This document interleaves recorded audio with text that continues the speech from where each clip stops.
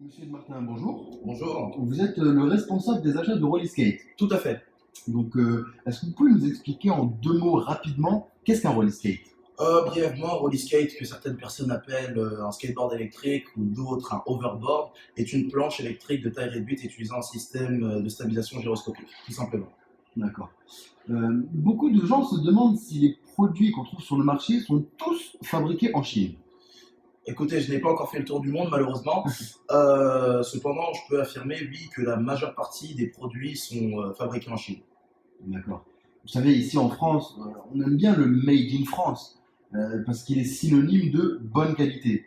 Et malheureusement, le Made in China en France est associé très souvent à de la mauvaise qualité. Est-ce qu'on peut dire que c'est le cas pour votre produit? Euh, Écoutez, je pense que c'est faux. Le Made in China n'a pas à être associé à de la mauvaise qualité. Malheureusement, c'est une fausse croyance parce que lorsqu'on prend des grandes marques comme Apple, Dell, Intel ou d'autres, il y a une grande partie de leurs pièces qui sont produites en Chine. Donc, je ne pense pas que ces marques internationales travailleraient avec la Chine s'ils ne faisaient que de la mauvaise qualité. Donc, je pense qu'il faut nuancer cette idée-là en se disant que oui, certes, il existe des produits de mauvaise qualité qui sont fabriqués en Chine, mais il y a aussi des produits de très très bonne qualité. Il faut savoir que la majeure partie de ces produits que vous voyez donc, sont fabriqués à Shenzhen. Shenzhen, c'est tout simplement la Silicon Valley de la Chine. Donc concrètement, il y a des produits de très bonne qualité qui sont fabriqués en Chine, comme il y a des produits de mauvaise qualité. Et je pense que la Chine ressemble à tous les pays du monde, tout simplement. D'accord, oui, et c'est vrai que Shenzhen est quand même très connu pour son innovation, du moins par rapport à la technologie. Tout à fait, tout à fait. D'accord. Comment fait-on pour acheter un board de qualité, puisque en apparence, ils sont tous similaires? C'est vrai qu'en apparence, ils sont tous similaires, mais c'est la démarche du client. C'est au client de poser la question lorsqu'il va acheter un board. Écoutez, est-ce que vous utilisez des batteries Samsung ou vous utilisez des batteries fabriquées dans des usines, on va dire, je ne sais pas quel mot utiliser, mais on va dire non homologuées. Est-ce que vous comprenez ce que je veux dire? Oui, oui, je Aujourd'hui, vois. les batteries Samsung sont un gage de sûreté et c'est pas pour faire de la pub pour Rolliskate, mais Rolliskate et les marques françaises aujourd'hui qui sont sérieuses commercialisent des boards avec des batteries Samsung uniquement. D'accord.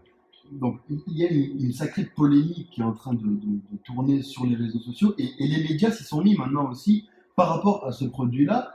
Est-ce que ça ne fait pas une publicité négative, du moins sur cette période de l'année qui semble être pour vous la période cruciale de vos ventes? Il est clair que ça fait c'est une publicité négative malheureusement, mais en même temps on est content parce qu'il y a un tri qui est en train de se faire tout simplement, donc on est en train de filtrer. Vous savez, il y a eu beaucoup de petits revendeurs sur Le Bon Coin, Amazon ou d'autres plateformes de vente, et malheureusement c'était des petits revendeurs qui ne proposaient aucune garantie, qui achetaient des produits dont ils n'avaient pas de certificat et qui achetaient des produits avec des composants de piètre qualité, c'est-à-dire avec des batteries nullement conformes aux règles européennes, avec des cartes mères de mauvaise qualité, donc c'est-à-dire que vous aviez une sensibilité au niveau de vos produits qui était tout simplement médiocre. Et voilà, aujourd'hui, ces gens-là, bah, je ne sais pas si vous avez vu, mais Amazon a retiré pas mal de Tout à fait. revendeurs sur son site. Tous les Donc, revendeurs. tous les revendeurs, bah, voilà, vous voyez. Mm. Donc concrètement, il est clair que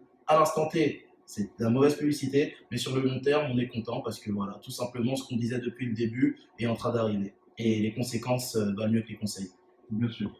Euh, Dites-moi comment un client, là je vais vous poser la dernière question et c'est honnêtement la question que les internautes se posent et Oui. donc c'est pour ça qu'il vous faut y répondre de manière précise. Comment un client potentiel peut-il être sûr d'acheter de la qualité chez vous ou comme vous l'avez dit, donc vous n'êtes pas les seuls à faire de la bonne qualité sur ce produit-là en France.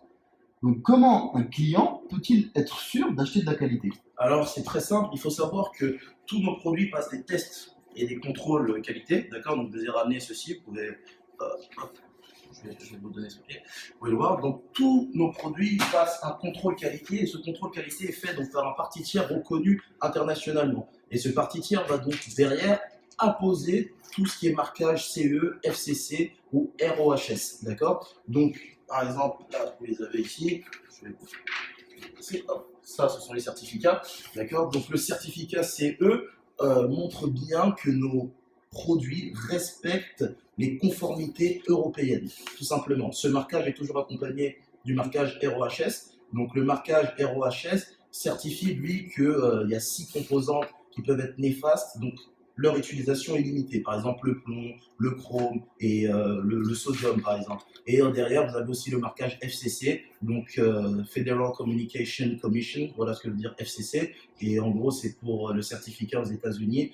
Et ça prouve bien que votre produit peut être commercialisé aux États-Unis. Lorsque vous avez tous ces certificats, que vos produits ont passé des tests par des parties tiers internationaux, bah, tout simplement, vous êtes sûr que vous commercialisez un bon produit et il n'y a pas de problème par rapport à ça. Donc voilà. D'accord. Donc, euh, le client, quand il vient vers vous, parce que vous avez des boutiques, vous ainsi que d'autres sociétés, vous avez des boutiques notamment sur Paris et dans le reste de la France.